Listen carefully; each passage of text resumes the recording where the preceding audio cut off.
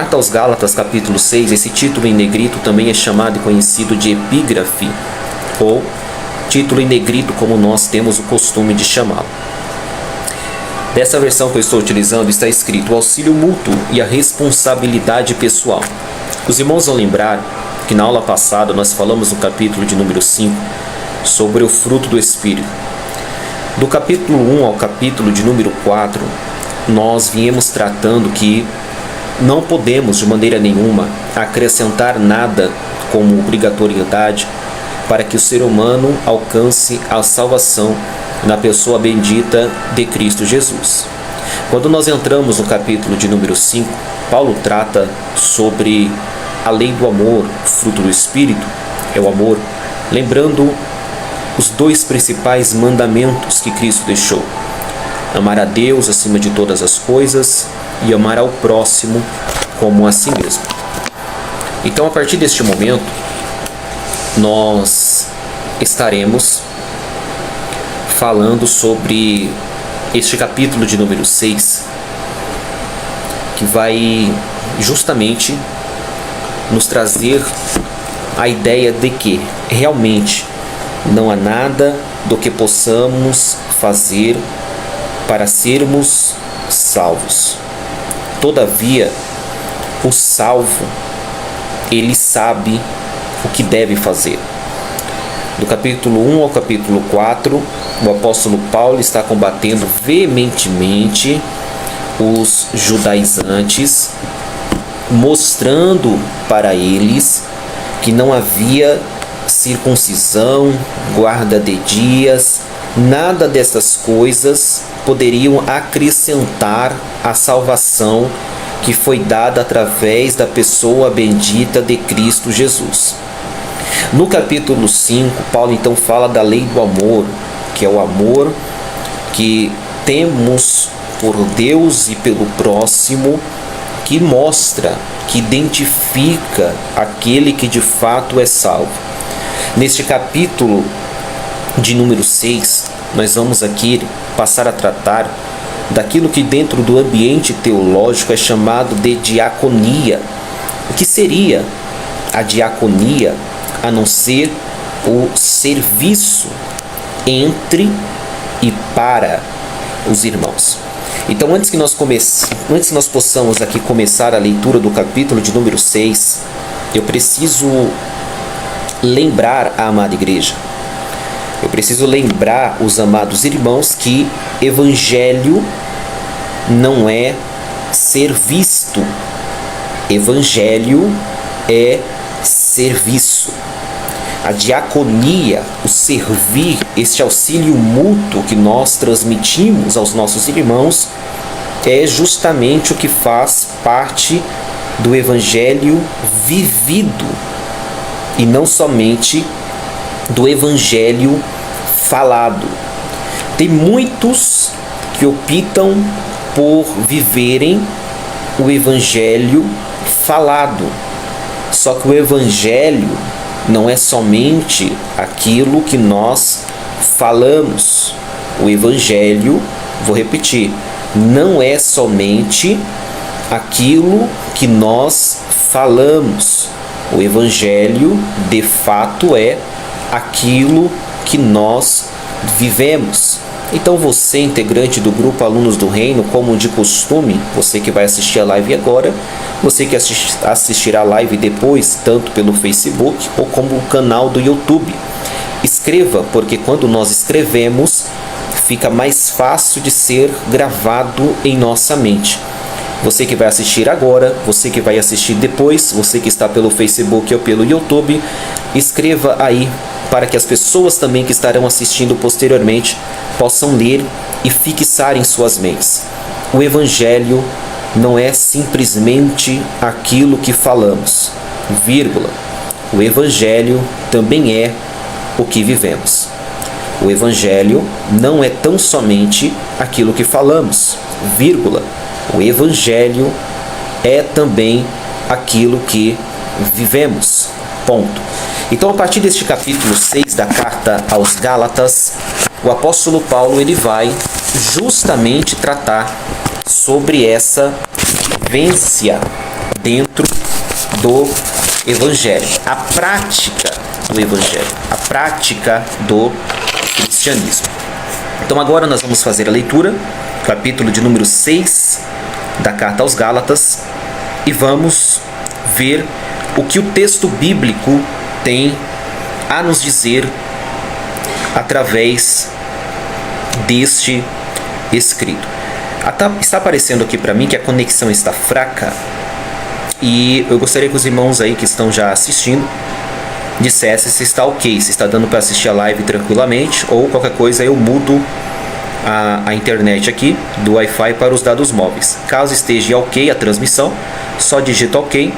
Caso esteja travando, que está aparecendo aqui internet lenta, vocês podem escrever aí que está travando, que assim eu posso estar tentando modificar a forma de transmissão. Se estiver ok a transmissão, manda ok. Se estiver travando, porque aqui está aparecendo internet lenta, só envia aí que está travando para eu mudar a forma de transmissão.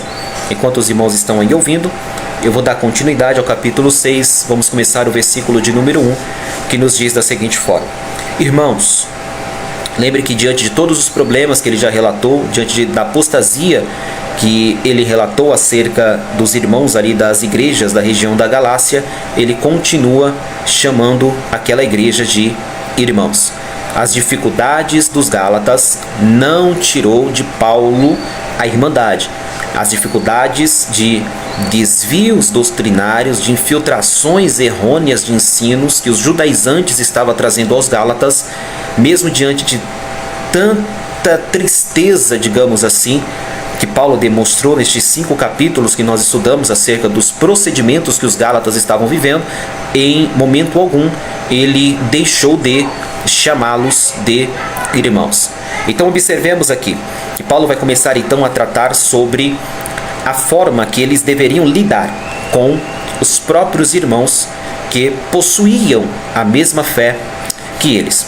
Olha só um dos pontos que Paulo vai levantar, versículo 1, capítulo 6 da Carta aos Gálatas. Se alguém for surpreendido em alguma falta, vós que sois espirituais, corrija com espírito de brandura e guarda-te, para que não sejais também tentado. Observe que Paulo está dando uma diretriz. Paulo está dando uma direção à igreja para quando algum irmão for achado em algum pecado, em alguma falta. Esta falta, primeiro, para com Deus, segundo, para com o outro. Porque primeiro nós pecamos contra Deus, automaticamente pecando contra Deus, nós estamos atribuindo também este pecado contra o próximo. Observe, quando Paulo vai falar acerca desta falta, ele vai mostrar uma grande preocupação, não sobre, preste atenção nisso daqui, não sobre tão somente a falta que estava a ser observada na vida do citado, ou da citada, ou das situações que poderiam ocorrer. A preocupação do apóstolo Paulo, ao escrever este versículo de número 1, dentro deste capítulo de número 6, não é simplesmente para com o faltante. Permita-me aqui, estamos juntos há tanto tempo, então permita-me usar de linguagem informal, um tanto quanto simplista, para que possamos compreender de uma maneira mais abrangente o que o texto está dizendo. O que Paulo está falando neste versículo de número 1 é: existirão possibilidades de acontecerem, abre aspas, faltas, fecha aspas, erros, pecados. E como é que o apóstolo Paulo vai desenvolver este assunto dentro desta unidade que ele quer proclamar para a igreja, das igrejas da região da Galácia? Ele não vai tratar tão somente sobre o pecado em si, mas ele vai tratar sobre o tratamento da igreja para com aquele que desenvolver algum tipo de falta. Observe que o texto diz da seguinte forma: se alguém for surpreendido em alguma falta, vós quem? Vós que sois espirituais. Aqui eu preciso que você preste atenção, Porque quando Paulo fala, vós que sois espirituais, automaticamente Paulo está dizendo que dentro da igreja de Cristo, dentro da igreja cristã, aquilo que nós chamamos hoje de igreja evangélica, existem aqueles que são espirituais, ponto. E existem aqueles que não são espirituais. Nós aprendemos no capítulo de número 5, na aula anterior, o que a Bíblia descreve como o que é ser um crente espiritual e o que é ser um crente carnal. É no capítulo 5, aula anterior, que nós identificamos quem é espiritual e quem é carnal biblicamente. Eu sei que muitos utilizam-se da frase não julgueis para que não sejais julgados, mas a própria Bíblia que diz não julgueis para que não sejais julgados é a mesma que diz julgai segundo a reta justiça. Ok, entendemos que o parâmetro de Deus, a estrutura de Deus, a base de Deus é as Escrituras Sagradas. E se as Escrituras Sagradas nos demonstra, nos ensina, nos traz o dogma acerca do que é ser espiritual e do que é ser carnal, aí nós entendemos o porquê o apóstolo Paulo, neste versículo 1, seguinte do capítulo 5, ok? Capítulo 6, conseguinte do capítulo 5, aí nós passamos a entender o porquê que o apóstolo Paulo, ao falar acerca de quem deve tratar aqueles que estão em falta ou que caíram em algum tipo de pecado, ele vai dizer, não preste atenção nisso daqui, isso aqui é muito importante. O apóstolo está ensinando que não é qualquer um que pode lidar com aquele que cai em pecado, ou com aquele que o pecado vem à tona. Isso é muito lindo. A lição que o apóstolo está trazendo para a igreja é precisa, profunda e necessária. Às vezes nós lemos o texto e não observamos os seus pormenores. É como eu já ensinei vocês, nós temos mais de 70 aulas disponíveis. Em muitas das aulas eu já falei para vocês, a palavra de Deus é um alimento. E você não vai comer um alimento engolindo colheres e colheres uma atrás da outra. Se a palavra de Deus é um alimento, agora, por exemplo, já está dando meio-dia, se é que já, deixa eu ver aqui, meio-dia e 10. Daqui a pouco muitos estarão almoçando. Você não vai pegar o prato de comida e colocar 10 colheradas de comida dentro da sua boca em questão de 5 segundos. Você vai passar mal. Da mesma forma, entende-se que se você vai se alimentar da palavra de Deus, você não pode comer os versículos correndo, porque você vai passar mal. Em outras palavras, você não vai entender a profundidade do mesmo. É como, por exemplo, este versículo 1. São tantas informações, o nível informativo deste versículo é tão grande, que nós poderíamos ficar aqui na tarde de hoje somente nele, e já seria o suficiente. Primeiro, Paulo começa chamando eles de irmãos, capítulo 6, versículo 1 da carta aos Gálatas. Só de Paulo chamar os irmãos que estavam entrando em um nível de apostasia de irmãos, já é uma aula. Porque por muito menos nós deixamos de chamar os nossos irmãos de irmãos. Segundo ponto, ainda neste versículo de número 1, ele está dizendo, se alguém for surpreendido em alguma falta, ou seja, erros acontecem, a igreja não é perfeita. A igreja é aperfeiçoada. Filipenses capítulo 1, versículo 6. Aquele, pois, que começou a boa obra, ele é fiel para aperfeiçoá-la até o dia de Cristo Jesus, o nosso Senhor. Não procure igreja perfeita. Você não vai achar. E se você achar uma igreja perfeita, não entre nela, para que você não a estrague. Vou repetir, não procure uma igreja perfeita, você não encontrará. E se você encontrar uma igreja perfeita, não entre, para que você não a estrague. Porque nós somos imperfeitos. Ok?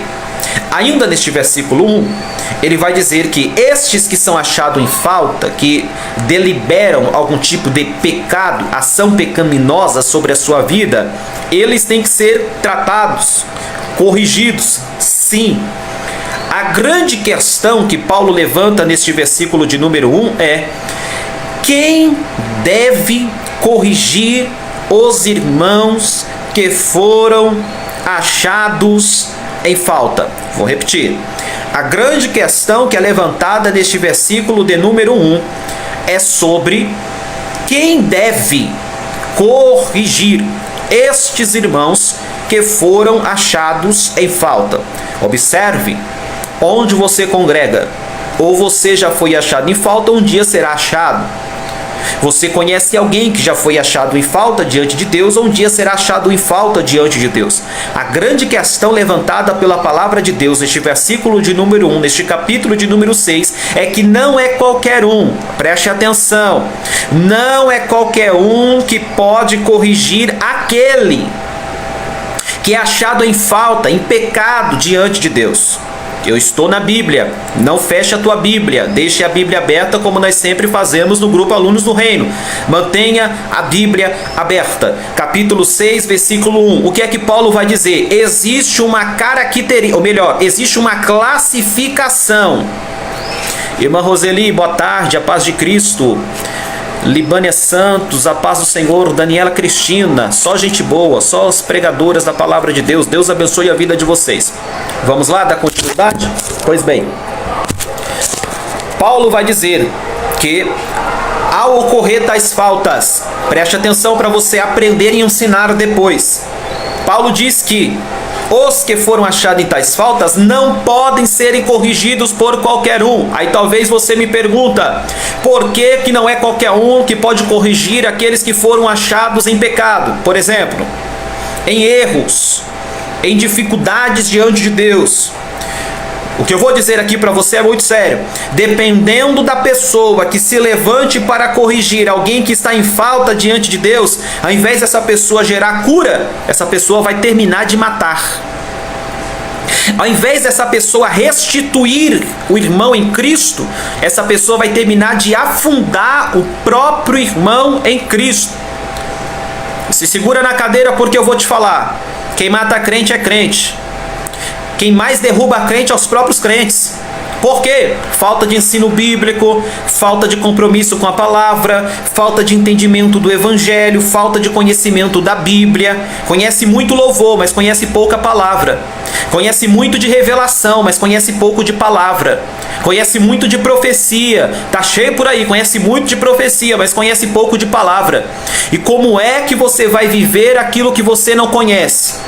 Como as igrejas brasileiras, como as igrejas, eu estou no estado de São Paulo, como as igrejas no estado de São Paulo vão viver o evangelho se muitas delas nunca conheceram o evangelho? Por que tem gente que peca e nunca mais volta para a igreja? Por que tem gente que falha, como o texto está dizendo aqui, é achado em falta e nunca mais é restituído? O texto está dizendo, o apóstolo Paulo vai dizer, vós que sois espirituais, corrijam. Quem? Os espirituais. Porque dentro da igreja tem muita gente carnal que não pode corrigir ninguém. Por quê? Porque como, irmãos? É uma lógica simples, é uma lógica básica. Como você vai agir de forma espiritual se você é carnal? Como você vai restituir alguém para o reino, que é um reino espiritual, se nem você está dentro do reino? Eu não estou falando sobre estar dentro da igreja, porque tem muita gente dentro da igreja que nunca entrou dentro do reino. Vocês estão entendendo isso daqui? Quem puder compartilhar, compartilha, porque o negócio é sério. Tem muita gente dentro da igreja que nunca entrou dentro do reino. Então o apóstolo Paulo está deixando isso muito bem claro. Vai corrigir? Ok, mas primeiro, você está no reino? Você é espiritual? Porque se você não for espiritual, antes de corrigir o seu irmão, vai corrigir a você mesmo. Primeiro você se corrige a si mesmo, seja um crente espiritual, para depois você tratar sobre coisas espirituais. Porque quem não é espiritual não pode tratar sobre coisas espirituais. Quem é carnal só trata sobre coisas carnais. E o carnal ele mata. Tá no texto, não fecha a sua Bíblia. Você tem que conferir na Bíblia o que eu estou falando. É isso que Paulo está dizendo, irmãos. Se alguém for surpreendido em alguma falta, vós quem? Vós que sois espirituais. Não é para qualquer um, não. Não, eu vou lá porque, olha lá, o irmão tá todo em pecado lá, o irmão tá todo errado lá, eu vou lá. Você vai matar o irmão. Se você não for uma pessoa espiritual, você vai matar o irmão, vai acabar com a igreja. Então, primeiro, antes de corrigir o outro, corrija a si mesmo. Vou repetir. Antes de corrigir o outro, se encontre diante de Deus primeiro você. Aleluia. Porque é muita hipocrisia querer cobrar do outro aquilo que nem você mesmo faz. Então, antes de corrigir o teu irmão, corrija primeiro a você, para depois, antes de você querer curá-lo, você primeiro precisa ser curado. É isso que Paulo está dizendo aqui. E lá vai, segura aí na cadeira, porque ele vai dizer assim: vocês que são espirituais. Até aqui nós já entendemos, né? Ok? Então vamos dar continuidade. Corrija com espírito de brandura. Ô irmãos, aleluia. Aleluia. Além de você ser espiritual, o apóstolo Paulo está dizendo: quando você for corrigir o seu irmão, e esse corrigir o irmão aqui não é para se sentir superior, não é para você se achar a anjona da igreja, não é para você se achar o anjão da igreja, não. É para você conquistar o seu irmão de volta para o reino, é mostrar para ele: irmão, esse caminho está errado, mas Deus, aleluia, louvado seja o nome do Senhor. Quando Deus tocar a sua vida ou permitir que você veja um erro, não é para você sair por aí divulgando. Você não é o William Bonner. Deus não te chamou para ser o Datena. Deus não deu. Eu nunca vi Deus chamando o Nelson Rubens Gospel. Deus não te chamou para fazer a hora da venenosa. Não. Você não foi chamado para ter um canal de fofoca. Que hoje tem um canal chamado Fuxico Gospel, onde as pessoas ficam falando da vida alheia. E sabe por que é lotado? Não é lotado de ímpio, de pagodeiro, de funkeiro, de repeiro, não. O canal Fuxico Gospel e os outros canais que vivem de falar mal da vida dos outros é lotado de crente. É crente que gosta de fuxico, é crente que gosta de fofoca. Tu faz uma live como essa falando da palavra de Deus, tem gente que não gosta não. Agora, se eu colocasse aqui: abre a live aí que eu vou falar da vida de todo mundo, vou entregar tudo, vou lançar bomba, rapaz, isso aqui lotava. Por quê? Porque crente gosta da vida do outro. Cuida da tua vida. Cuida da tua vida com Deus. O apóstolo Paulo escreveu em 1 Coríntios capítulo 11, no texto da ceia, ele vai dizer: examine-se, pois, o homem a si mesmo. Não é a vida dos outros, é a sua vida. Então aqui você vai perceber o quê? Que Paulo está preocupado com a igreja, com a ação, como ela agiria entre os irmãos, ao ponto de dizer: quando vocês forem corrigir, vocês têm que ser espirituais, para ir até o irmão que está em falta, para que você possa agir com este irmão, corrigindo ele, mas não é de qualquer maneira, é com amor. Porque, oh Jesus, tá vendo como é bom estudar a Bíblia, entender a Bíblia, para você viver o Evangelho por intermédio da Bíblia? Tem gente que não consegue corrigir sem matar, sem ofender. E aqui o apóstolo Paulo está ensinando: e guarda-te, guarda o seu coraçãozinho, para que você não seja também tentado. Porque qual é o perigo, irmãos? Preste atenção nisso daqui. Qual é o perigo de você ir corrigir alguém, mesmo você sendo espiritual, mesmo você estando qualificado? Porque, como eu disse aqui, não é qualquer um que pode corrigir o irmão, tem que estar qualificado, você tem que ser uma pessoa espiritual, para você não tratar a vida do seu irmão diante de uma ação carnal, e sim de uma ação espiritual. E qual é o perigo disso? Como eu gosto de brincar sempre, o perigo, eu gosto dessa palavra, acho muito engraçado, o perigo é você passar a se achar a anjona, ou o anjão, sabe? O perigo é você passar a se achar a pessoa mais santificada do planeta Terra e se sobressair sobre o teu irmão como se ele não fosse absolutamente nada. Por quê? Porque ele foi achado em falta. Pelo contrário, Paulo vai dizer: toma cuidado, guarda o teu coraçãozinho, para que você também não seja tentado, porque o orgulho é pecado, a soberba é pecado.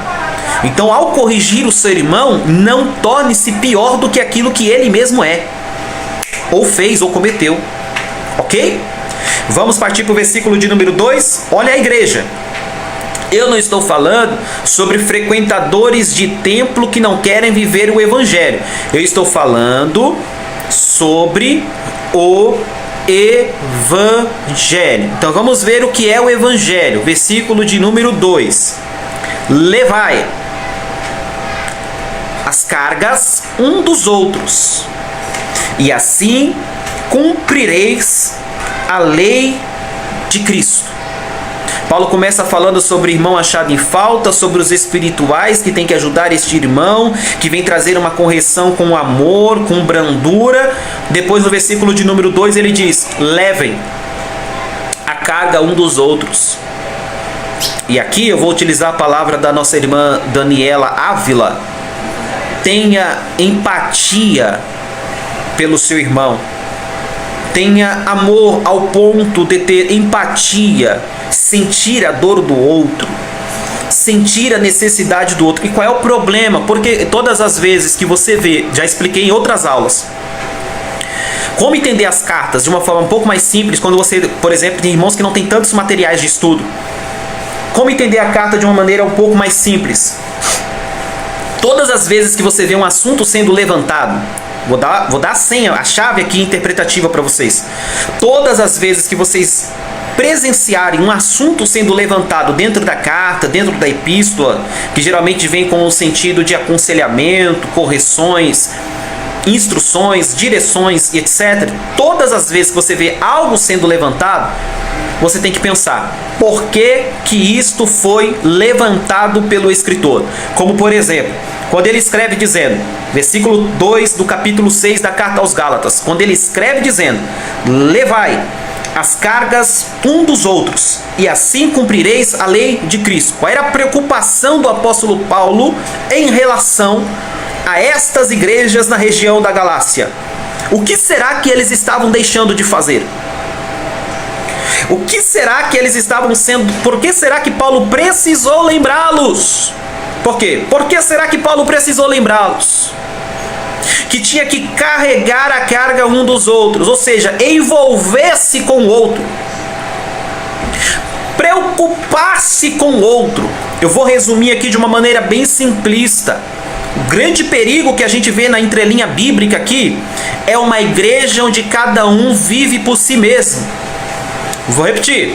O grande perigo encontrado nas entrelinhas bíblicas aqui é que nós podemos nos tornar uma igreja onde cada um se preocupa apenas com o próprio umbigo.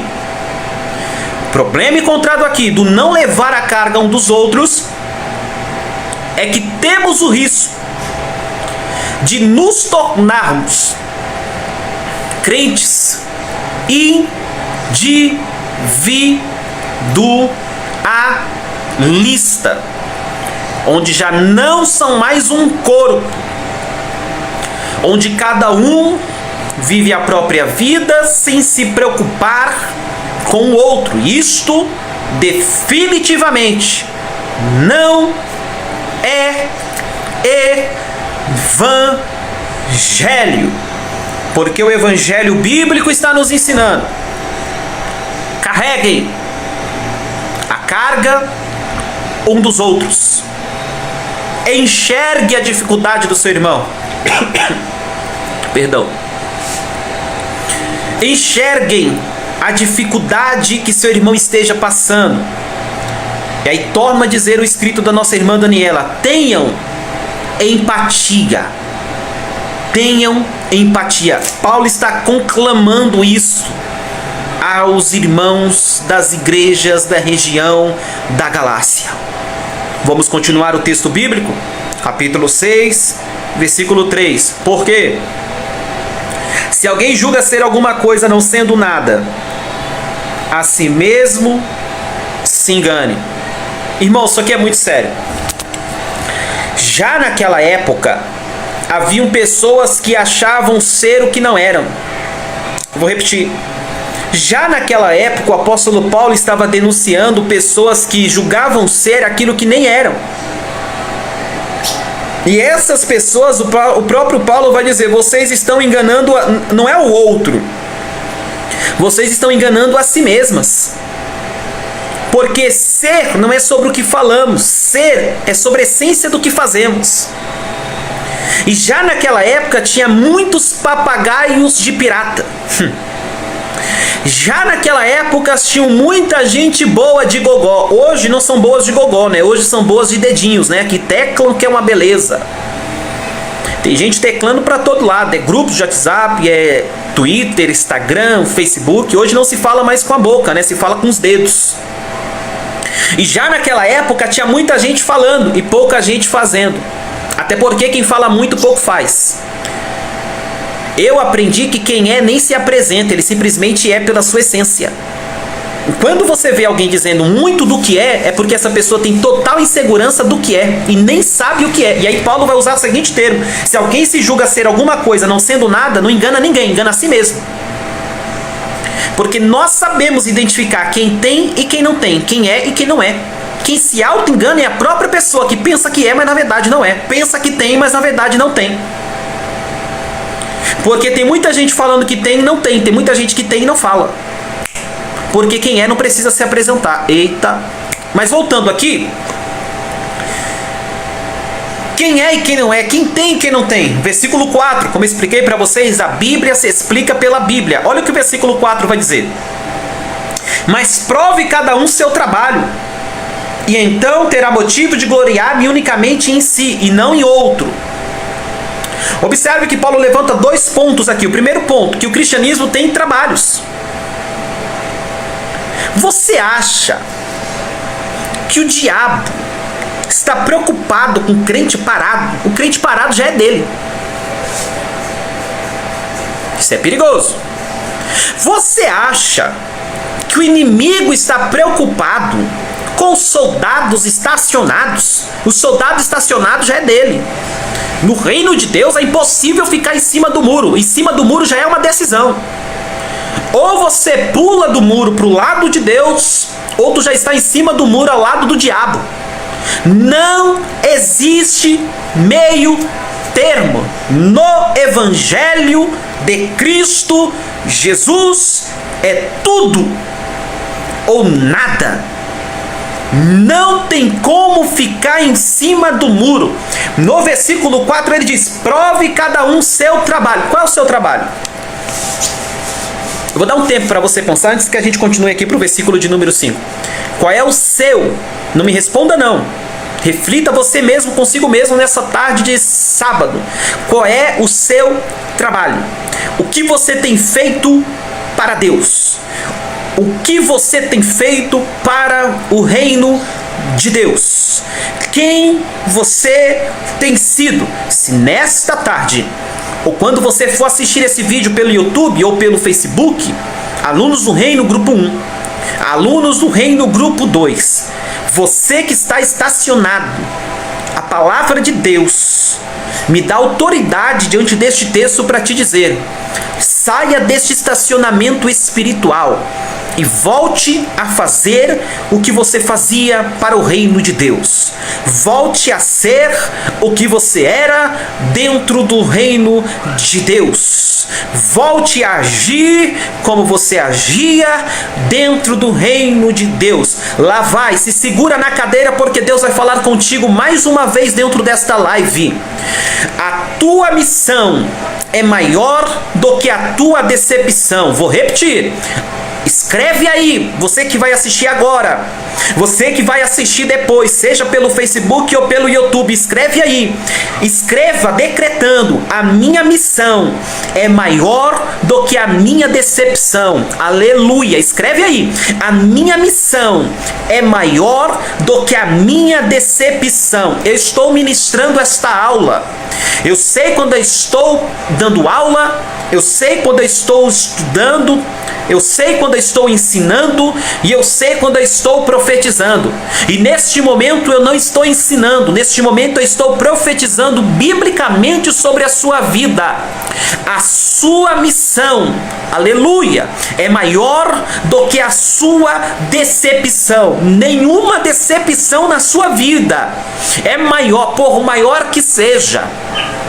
Por maior que seja a sua decepção, decepção consigo mesmo, decepção com a obra, decepção com os amigos, decepção com lideranças, decepção com igrejas, decepções com ministérios, não importa o nível da tua decepção, eu venho como ministro do Evangelho para te dizer: a sua missão é maior do que a sua decepção. É sábado de recomeço, é sábado de você tomar posse, como disse a nossa irmã Roseli Pacheco, tomar posse do que Deus já te confiou, depositou dentro de você. Torno a dizer, a sua missão é maior do que a sua decepção.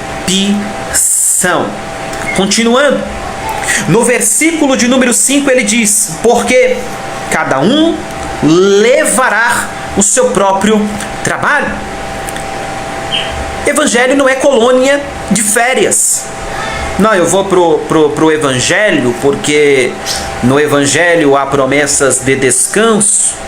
Eu vou aderir ao Evangelho de Cristo Jesus porque eu preciso de uma aposentadoria na minha vida. Pois eu não quero te entristecer não, mas a partir do momento que você adere uma nova vida em Cristo, você é alistado, você é alistado para um campo de batalha. Vou repetir. A partir do momento que você entrega a sua vida a Cristo, você é alistado para um campo de batalha. Se você quiser uma vida fácil, não é no Evangelho. Se você quiser uma vida sem lutas, não é do Evangelho. Se você quiser uma vida sem batalhas, não é o Evangelho que eu recomendo para você. Todos aqueles que estão registrados na Bíblia Sagrada passaram por lutas e inúmeras dificuldades. Quem está escrevendo a carta aos Gálatas? Simplesmente Paulo. Todos gostamos de dizer: tudo posso naquele que me fortalece. Amamos citar essa parte do texto. Qual parte do texto que nós não gostamos de citar? O contexto.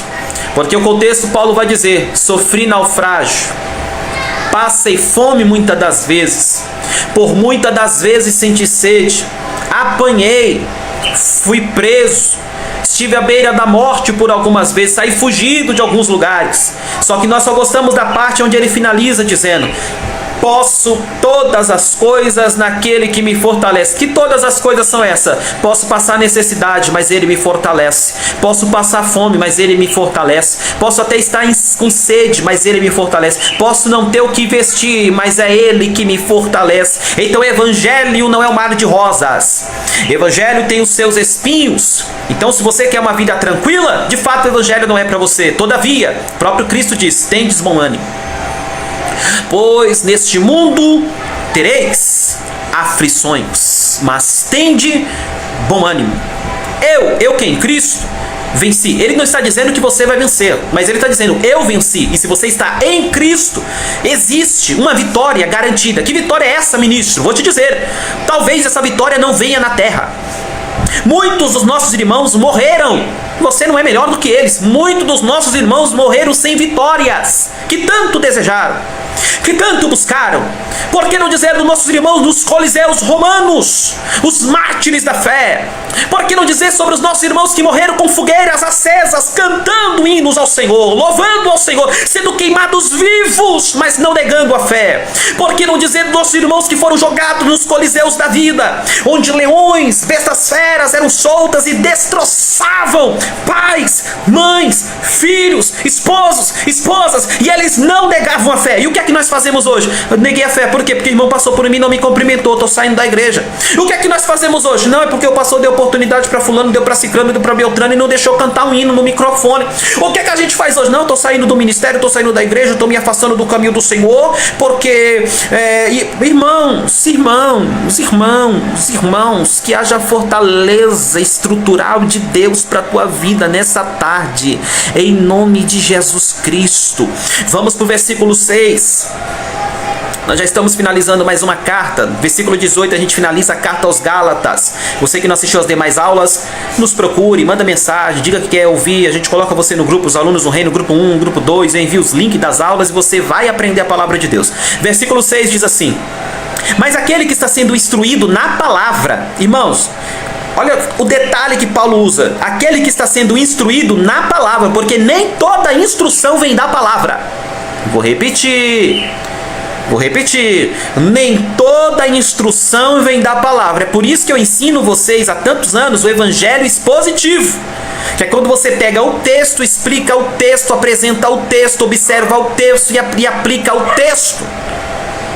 Porque, como eu falo para vocês, a minha maior vergonha vai ser um dia ter que ouvir vocês ministrando, lendo a Bíblia, esquecendo do que leu, lendo o texto, fugindo do texto, nunca mais voltando para o texto. Vou repetir, a minha maior vergonha vai ser um dia ter que ouvir vocês ministrando, lendo o texto, se esquecendo do texto e nunca mais voltando para o texto. Leia o texto, explique o texto e aplique o texto. As pessoas não precisam do que você acha, as pessoas precisam da palavra. As pessoas não precisam do que você eu acredito. Não, as pessoas precisam do que a Bíblia diz. É por isso que o grupo Alunos do Reino, ler a Bíblia, explica a Bíblia e aplica a Bíblia. É a palavra de Deus que a nossa geração precisa. Então vamos lá. Mas aquele que está sendo instruído na palavra, como eu disse, existem várias instruções por aí. Mas a instrução que a igreja precisa, ela emana, ela é fluente da palavra. Da palavra. Vai chegar um tempo onde os pregadores não levarão nem mais a Bíblia para o culto. Afinal de contas, nós estamos na era coach. Basta dizer que você é o centro da vontade de Deus. Basta dizer que você é a coroa, que você é a rainha do Evangelho. Nós somos os príncipes do Evangelho. Não é disso que a igreja precisa. A igreja precisa da palavra de Deus. Leitura bíblica, explicação bíblica e aplicação bíblica. Os nossos púlpitos estão lotados de... como é que eu posso usar uma linguagem que não seja ofensiva? Os nossos púlpitos estão lotados não de pregadores, mas de encantadores. Encantadores. Pessoas que já rasgaram a Bíblia há muito tempo, lançaram a Bíblia fora. Nós precisamos resgatar a primazia da palavra. A igreja não está precisando de mais um show. A igreja não está precisando de mais um retiro. A igreja está precisando que o púlpito volte a ser lugar de pregação da palavra de Deus, exposição da palavra de Deus. É da palavra que a igreja precisa. Aleluia! Aleluia!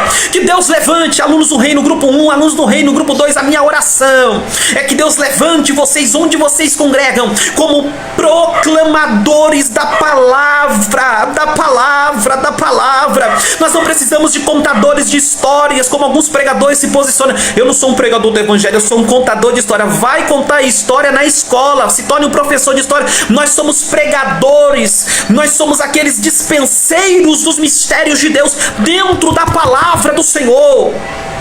Vamos lá, versículo 6. Mas aquele que está sendo instruído na palavra, aquele que está sendo instruído na palavra, faça participante de todas as coisas boas aquele que o instrui.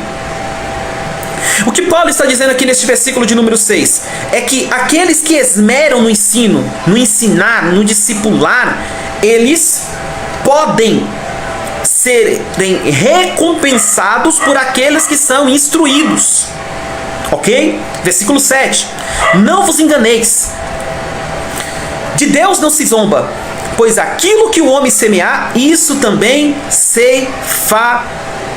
Aquilo que o homem semear, isso também ceifará. A famosa lei universal. A lei da semeadura. A lei da semeadura, e ele vai desenhar isso daqui. Olha o 8. Porque o que semeia para a sua própria carne, da carne colherá corrupção, mas o que semeia para o Espírito, do Espírito colherá a vida eterna. Se você semeia na carne, o que é semear na carne? Eu vou exemplificar. Eu vou simplificar para você não esquecer o que é semear na carne e o que é semear no Espírito. Semear é agir. Semear é uma ação. Aqui temos dois campos, uma semente. O campo espiritual e o campo carnal. O que é o campo espiritual e o que é o campo carnal? É simples, o campo espiritual é tudo aquilo que se assemelha ao céu. São coisas concernentes ao reino de Deus. E aí o que Paulo está dizendo aqui é que você tanto pode estar semeando a sua vida em coisas que são concernentes ao reino de Deus, como você pode estar vivendo a sua vida com coisas concernentes ao reino da terra. Se você semear somente coisas dessa terra, você só vai colher aquilo que é carnal. Paulo está desenhando, praticamente causando um desenho aqui no texto. Agora, se você semear naquilo que é espiritual, você vai colher dentro do mundo espiritual, aquilo que é espiritual. Versículo de número 9. Não nos cansemos de fazer o bem. Peraí. Então quer dizer que até fazer o bem cansa? Vou repetir. Olha na sua Bíblia, versículo de número 9. E não nos cansemos de fazer o bem, porque ao seu tempo ceifaremos se não desfalecemos. Então quer dizer que fazer o bem cansa e desfalece? Cansa e desfalece? Fazer o bem cansa e desfalece? Você está entendendo por que você está cansada? Cansado? Você está entendendo por que você desfaleceu na obra? Por quê? Porque cansa. Vou repetir. Você está entendendo por que você já não tem mais a mesma força que você... Tantas coisas que você fazia e não faz mais. Por quê? Cansou. Por quê? Porque desfaleceu. Mas o céu, a palavra te encontra nessa última aula da carta aos Gálatas. A palavra de Deus te encontra nessa última carta, nesse último capítulo da carta aos Gálatas, o capítulo de número 6, para dizer para você que está estacionado, de todo dizer, para dizer para você que está estacionado, parado, pastor, missionário, missionária, pregador, pregadora do evangelho, cantor, cantora, obreiro, diácono, presbítero, você que está estacionado, o céu não vai perder por causa de você, porque Deus hoje vai te ativar nesta live. Oh, aleluia! Aleluia! Louvado seja o nome do Senhor. Deus está ativando alguém nessa tarde de sábado. Você que está assistindo essa live pelo YouTube, você que está assistindo essa live depois pelo Facebook, Grupo Alunos do Reino 1, Alunos do Reino Grupo 2, ninguém vai parar a tua trajetória. Deus está te ativando. Aleluia! Aleluia! Se alguém puder ministrar profeticamente, escreva aí no comentário para alguém ler depois. Hoje Deus está te ativando. Vou repetir, escreva aí. Hoje Deus está te ativando. Deus não tem obreiros desativados. Deus não conta com obreiras desativadas. Deus não pode contar com pastores desativados. Deus não pode contar com missionários desativados. Deus está dizendo diante da palavra dele: eu estou ativando os meus. Por intermédio dessa live, Deus está ativando a tua vida no reino espiritual. Não desfaleça. Você que está cansado de fazer o bem, não desfaleça, porque no tempo certo você vai colher tudo aquilo que você está plantando. Volta para o campo, volte a plantar o que você plantava, volte a fazer o que você fazia, porque Deus está te garantindo: vai ter colheita, vai ter colheita, se não cansarmos, se não desfalecermos. Aleluia! Louvado seja o nome do Senhor. Vamos lá na Bíblia. Por isso, versículo 10. Enquanto tivermos oportunidade, porque quem dá oportunidade é Deus. Quem concede oportunidade, eu vou ministrar diante da Bíblia para a sua vida. Como eu disse, eu sei quando eu estou ensinando e eu sei quando eu estou profetizando biblicamente. Agora eu não estou ensinando, eu estou biblicamente no texto. Além de explicar o texto, eu vou aplicar o texto. Deus abrirá oportunidade. E quando Deus abrir essa oportunidade, versículo 10, faça o bem a todos. Libera a bondade do Evangelho, libera o perdão do Evangelho, libere a palavra do Evangelho, a semente do Evangelho, a glória do Evangelho, a unção do Evangelho, o poder do Evangelho, a autoridade do Evangelho. Deus vai te dar oportunidade para agir, Deus vai te dar oportunidade para ser luz, Deus vai te dar oportunidade para ser instrumento de bênção sobre a vida de alguém. Abra os olhos para as oportunidades. Aleluias. Mas principalmente aos da família da fé. Louvado seja Deus. Principalmente aos da família da fé. Não tem como ser bênção para os de longe e ser maldição para os de perto. Primeiro você começa a ser bênção dentro da tua casa, depois você começa a ser bênção onde você congrega, depois você consegue ser bênção até os confins da terra. Louvado seja o nome do Senhor. Vamos dar continuidade aqui. Aleluia. Mantenha a Bíblia aberta. Vamos voltar ao ensino, versículo 11. Vede com que letras grandes vos escrevi de meu próprio punho. Paulo tinha um amanuense, Paulo tinha um secretário, Paulo tinha um escritor. Mas aqui alguns teólogos, alguns eruditos, quando diz escrevi de letras grandes, há dois motivos. Segundo os teólogos, primeiro motivo que se encontra é que Paulo tinha uma enfermidade nos olhos. Por isso ele diz, escrevi de letras grandes, porque era a forma que ele conseguia. Segundo motivo que os teólogos supõem é que Paulo queria deixar aquilo que nós chamamos de escrever em caixa alta. Sabe quando a gente escreve, por exemplo, no computador com caps lock ligado? Ou quando a gente escreve no celular deixando tudo com letra maiúscula? Paulo queria escrever assim, de uma forma um pouco maior, para que chamasse a atenção de fato dos irmãos. Então, há essas duas linhas de pensamentos que são as mais batidas no meio teológico, ok? Vamos lá agora para o versículo de número 12. Todos os que querem ostentar-se na carne, esse vos constrange a vos circuncidar, somente para não serem perseguidos por causa da cruz de Cristo. O que é que estava acontecendo aqui? Lembra da circuncisão? Aí Paulo vai dizer assim, esses aí que estão tentando circuncidar vocês, eles querem se gloriar na carne. Por quê? Porque os circuncidados para o Império Romano eram tidos como judeus e o judaísmo não era proibido para o Império Romano. O Império Romano perseguia e tinha medo do cristianismo que estava, da fé que estava nascendo por intermédio da pessoa de Cristo. Esse era o que o Império Romano tinha medo. Mas o judaísmo não, o judaísmo tinha carta branca para atuar. Então, eles queriam o quê? Eles não queriam ser perseguidos por conta da causa de Cristo. Então, os bonitinhos queriam, não, nós estamos aqui circuncidados porque nós fazemos parte do judaísmo, cremos em Cristo, mas fazemos parte do judaísmo. Eles estavam com medo do governo. Pois nem mesmo aqueles que se deixam circuncidar guardam a lei. Nem eles guardavam a lei. Porque, como eu disse nas aulas anteriores, se você quisesse viver sobre a lei, você tinha que cumprir toda a lei. Se você errasse um só ponto, você era condenado. Era impossível. Antes querem que vocês se cuidem para gloriar-se na vossa carne. O que é gloriar na carne deles? Era tipo assim, vamos supor que eu fosse judeu, circuncidado, e eu mandasse vocês circuncidar. Sabe o que eu sairia por aí dizendo? Tá vendo lá os fulanos? Só estão circuncidados porque eu mandei. Só estão circuncidados porque eu coloquei regras sobre eles. Só estão circuncidados porque eu fiz eles se circuncidarem. Mas longe esteja de mim gloriar-me, senão na cruz de Cristo, aleluia, pela qual o mundo está crucificado para mim, e eu para o mundo. Porque nem a circuncisão é coisa alguma, nem a incircuncisão, mas o ser uma nova criatura. Não é sobre ser circuncidado ou não.